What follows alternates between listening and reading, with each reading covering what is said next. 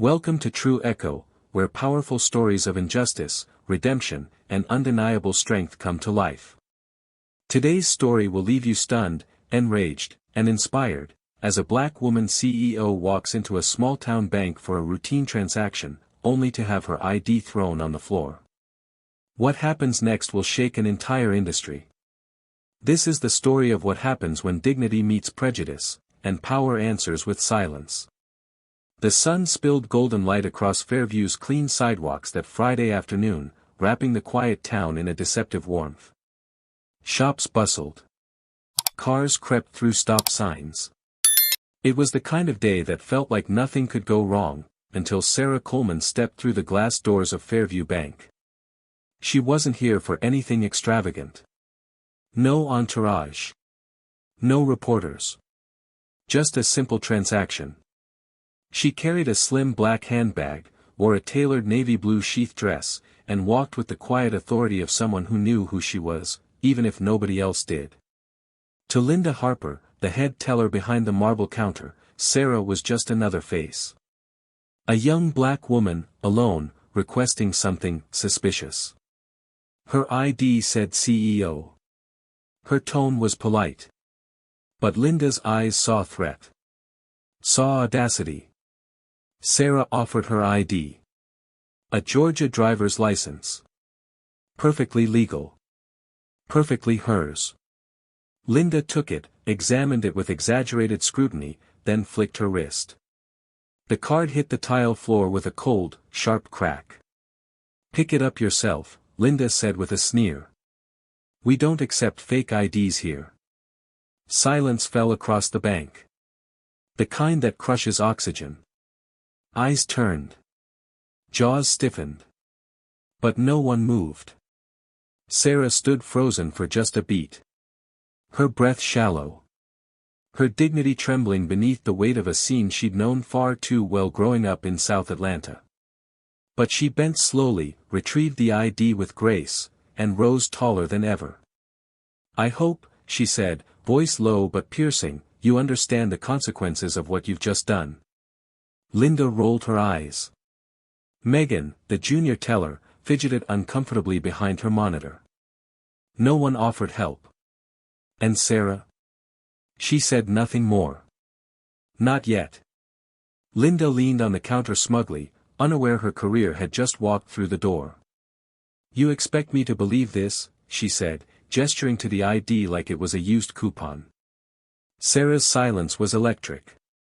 Not weak, but charged with something deeper. History. Pain. Power. She'd faced worse. Boardrooms filled with skeptics. Billion-dollar negotiations where men 3 times her age assumed she was the assistant. But this? This was personal. This was America, condensed into one cold moment inside a polished bank. As Sarah remained motionless, Linda whispered to Megan again, loud enough for everyone to hear, "She's probably trying to run a scam. Call Mr. Wilson." The manager, Robert Wilson, emerged moments later in a pressed gray suit, sleeves too tight on his arms. His eyes flicked to Linda, then to Sarah. "What seems to be the problem here?" he asked, already assuming the answer. "She's trying to process a suspicious transaction," Linda chimed in quickly. "Refused to cooperate. Gave us a fake ID." Sarah remained still, hands by her sides. Robert turned to her. "Ma'am, we'll need you to come with us to verify your identity." The words landed like a slap. The implication hung in the air, "You don't belong here. You're not one of us. You must be lying." Sarah stared him down, her voice like silk over steel. "I'll comply.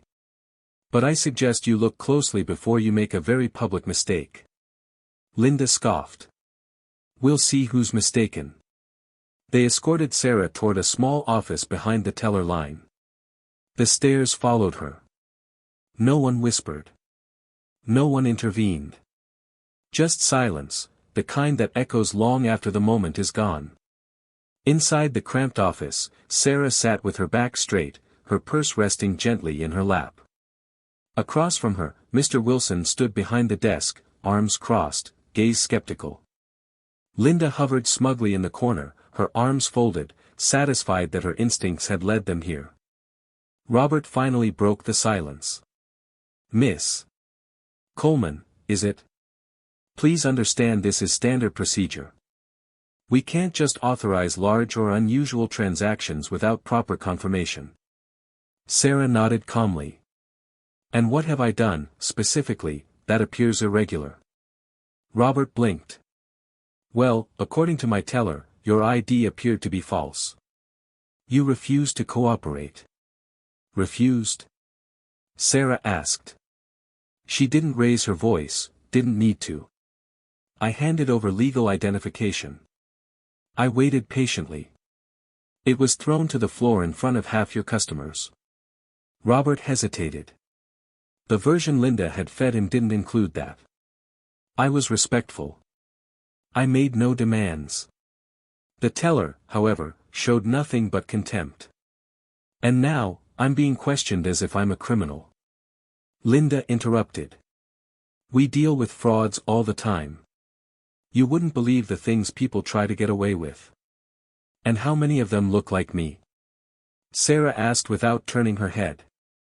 The room fell into thick, painful quiet. She took a deep breath, unzipped her handbag slowly, and pulled out a heavy silver card. She placed it on the desk like a judge delivering a verdict.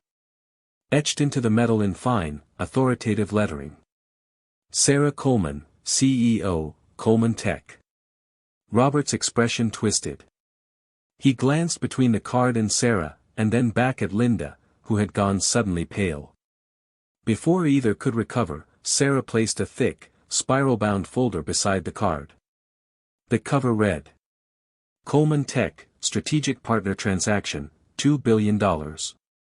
It wasn't just an account she had come to check.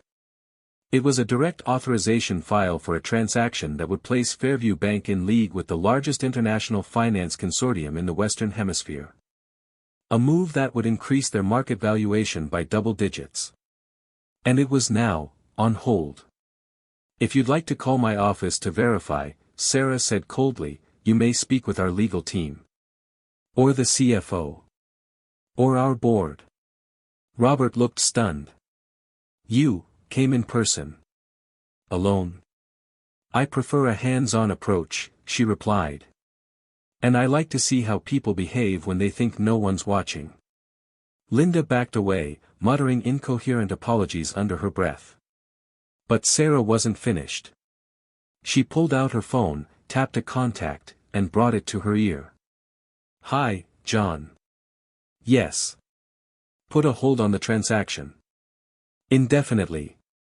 "I'll explain later." She ended the call without another word.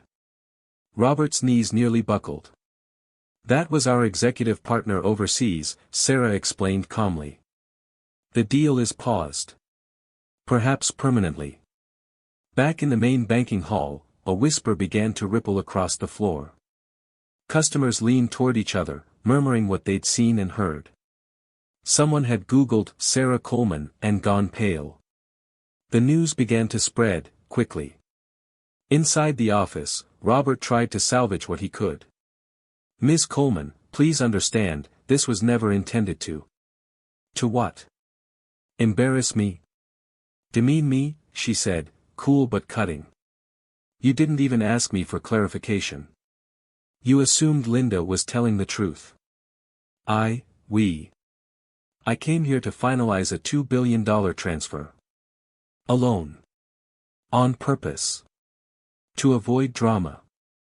But Fairview Bank gave me a demonstration in small-town prejudice. You didn't just insult a customer. You insulted a company, a board, a partnership, and an entire movement of people watching." Linda clutched the back of a chair like she might faint. "I'm sorry, Miss Coleman. Please." Sarah raised a hand. "Your apology isn't for me to accept," she said. "It's for the people who'll read the headlines tomorrow. You'll find out soon enough what it's like to be judged without being seen." As she stood to leave, she tucked her ID and documents into her purse with a composure that shook them more than any outburst ever could. Outside the office, every head turned. Some pretended to look at their phones. Others tried to appear busy. But all of them watched her walk past, upright, unshaken, untouchable. The glass doors opened. She stepped into the warm afternoon sun. It seemed even brighter now, like justice itself had broken through the clouds. Inside, Robert slumped behind his desk. Linda stared blankly at her hands, trembling. They both knew, this wasn't over. It was just beginning. By the time Sarah returned to her car, her phone had already begun to vibrate with calls. Not from reporters. Not from panicked assistants. But from people she trusted, people who knew the real story before the world did. She didn't answer right away. Instead, she sat in silence behind the wheel, staring out at the sleepy town of Fairview as it moved on, unaware that its heartbeat had just changed. In less than 30 minutes, a woman they had dismissed, insulted, and humiliated had pulled the rug out from under one of their most powerful financial institutions. And she hadn't raised her voice once. At Coleman Tech headquarters, word spread like wildfire. Executives froze mid-meeting. Assistants whispered into their phones. Her executive VP sent a message with only 2 words, "You okay?" Sarah finally replied. "I'm calm. But this ends here. For good." Meanwhile, inside Fairview Bank, chaos had erupted behind closed doors. Robert Wilson stood in front of his desk, white-knuckled hands braced against the surface, staring down at Linda as if she'd grown horns. "What the hell were you thinking?" he hissed, trying to keep his voice down while the rest of the staff watched through the glass panels. Linda stammered, eyes wide. She looked suspicious. "I didn't know who she was." Robert slammed a folder down. "You didn't need to know. You needed to treat her like a human being." He turned away from her, breathing hard. "Do you understand what we just lost? Not just a client. A $2 billion partnership. Headlines are going to run with this by tomorrow. Possibly tonight." "I was just doing my job," she murmured. "You backed me up at first." Robert spun around. "Because I trusted you. Because I thought you had sense. Now we're both going to be dragged into this. This isn't just internal discipline. This is national press. This is shareholders." Linda collapsed into the chair in front of him, her facade crumbling. And right on cue, his office phone rang. The bank's district executive. Robert knew, his nightmare was just beginning. The story was already on social media by dusk. It started with a whisper from a customer who'd been in the lobby. Then another posted a tweet with a blurry photo of Sarah's business card on the counter. Within hours, hashtags were trending. Hashtag Sarah Coleman. Hashtag Fairview Bank discrimination. Hashtag silent power. By morning, news trucks had arrived outside the small town's bank branch. The local station broke the story first: Black woman CEO insulted at bank, halts $2 billion deal. Then came the big names. Business Insider. Forbes. CNN. MSNBC. Even the Wall Street Journal published a fast turnaround article headlined, "When Silence Speaks Louder Than Protest, the CEO who walked out and took $2 billion with her." Fairview Bank's PR department went into overdrive, but no apology could catch up with the digital storm.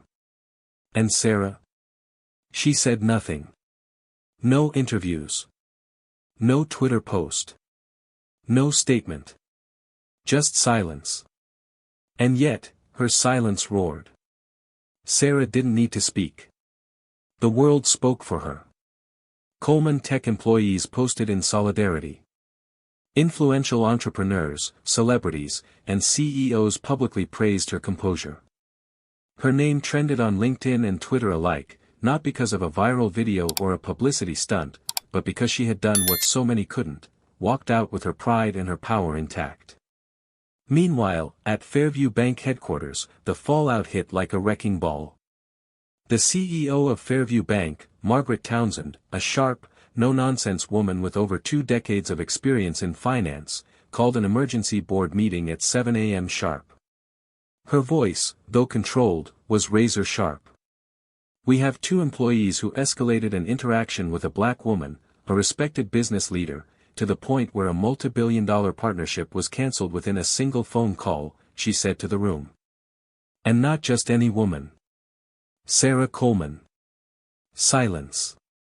No one dared speak. She didn't raise her voice. She didn't demand anything unreasonable. She didn't threaten. She just left. And took half our future with her. She turned to the head of HR, Linda Harper. "Suspended, effective immediately. Strip all client-facing responsibilities. Begin internal review of her conduct and records." She then turned to the general counsel. "Robert Wilson, demoted. Today. Reassigned to a satellite branch. His failure to lead in that moment has already cost us millions." One board member tried to interject. "Margaret, if we act too quickly, it might look like panic." "It is panic," she snapped. "And it's also justice. The longer we stall, the more we lose credibility." This wasn't a misunderstanding. It was blatant prejudice. Before the meeting ended, Margaret drafted a formal apology to Sarah Coleman and the entire Coleman Tech organization. It read, "On behalf of Fairview Bank, we offer our sincerest and unreserved apology to Ms. Sarah Coleman for the grave disrespect she experienced at our branch. Our institution failed to uphold its core values of integrity, inclusion, and professionalism. We take full responsibility, and we will be instituting immediate and sweeping changes to ensure this never happens again." But Sarah didn't reply. The silence continued. And so did the storm. 2 days later, Andrew Hamilton, the CEO of Coleman Tech's international investment partner, called Sarah directly. "Sarah, I'm deeply sorry for what happened. The headlines are everywhere." "I know," she replied simply. "Is there anything I can do? The deal is still on the table, if you change your mind. We value your company. We value you." Sarah paused. Not because she didn't know what to say, but because she wanted him to feel the weight of what this meant. "I appreciate that, Andrew. But I meant what I said. I can't sign a deal tied to an institution that disrespects people like me. Not just because it happened to me, but because it happens to so many others who can't fight back." There was a long, respectful silence on the other end. "I understand," Andrew finally said. "And I respect your decision." They ended the call, not with bitterness, but mutual respect. For Sarah, it wasn't about the money. It was about the principle. And she never looked back. Back in Fairview, the aftermath lingered like a fog no one could escape. Linda, once the bank's queen bee, now sat in a corner cubicle far from the main lobby. She had no clients. No responsibilities beyond paperwork. The once confident woman who barked orders and scoffed at customers now barely spoke above a whisper. Every passing coworker avoided eye contact. Whispers followed her to the elevator. And though no one dared say it aloud, the truth settled heavily in everyone's minds: she had become the symbol of everything the bank swore it didn't stand for, until it did. Robert Wilson wasn't much better off. Transferred to a sleepy suburban branch 2 counties away, his name no longer held any weight. No board meetings. No influence. Just a modest desk with a flickering overhead light and a pile of training compliance files. He had once believed himself above reproach, an untouchable pillar of Fairview Bank's brand. But now, he was a footnote in a headline he'd never lived down. And Fairview Bank? The damage was permanent. Clients pulled their accounts. Partnerships collapsed. Online reviews tanked. Stocks took a hit. Fairview's once polished image as a modern, inclusive institution had crumbled into a cautionary tale for the entire banking industry. Meanwhile, Sarah Coleman kept moving forward. She never issued a single statement. No interviews. No tearful press conferences. She let the silence, and the consequences, speak for her. Inside Coleman Tech, she became more than a CEO. She became a legend. Her employees told the story like gospel, how their boss stood her ground with elegance, let dignity do the talking, and walked away from billions without flinching. One young engineer posted on LinkedIn. I used to think being powerful meant being the loudest voice in the room. Now I know it means walking away, knowing you're worth more than the noise. The post went viral. And Sarah? She sat in her office, high above the city, staring at the skyline, knowing she had done the hardest thing a leader can do, uphold her values when it cost her everything. Or, almost everything. Because, in the end, she gained something far greater than a deal. Unshakable respect. Not just from others, but from herself. What Sarah Coleman taught the world that day wasn't just about money or power, it was about integrity. She didn't need to raise her voice. She didn't need to threaten anyone. She simply stood her ground, and in doing so, reminded us all that sometimes, the strongest statement is made in silence. Because silence, when rooted in self-respect, speaks volumes. So, what would you have done in Sarah's place? Would you have walked away, or made them listen? We want to hear from you in the comments below. If this story moved you, if it made you think, share it. Someone you know might need to hear this message today. And don't forget to subscribe to True Echo, where every story is more than just entertainment, it's a reflection of truth, strength, and the echo of justice. We'll see you in the next one.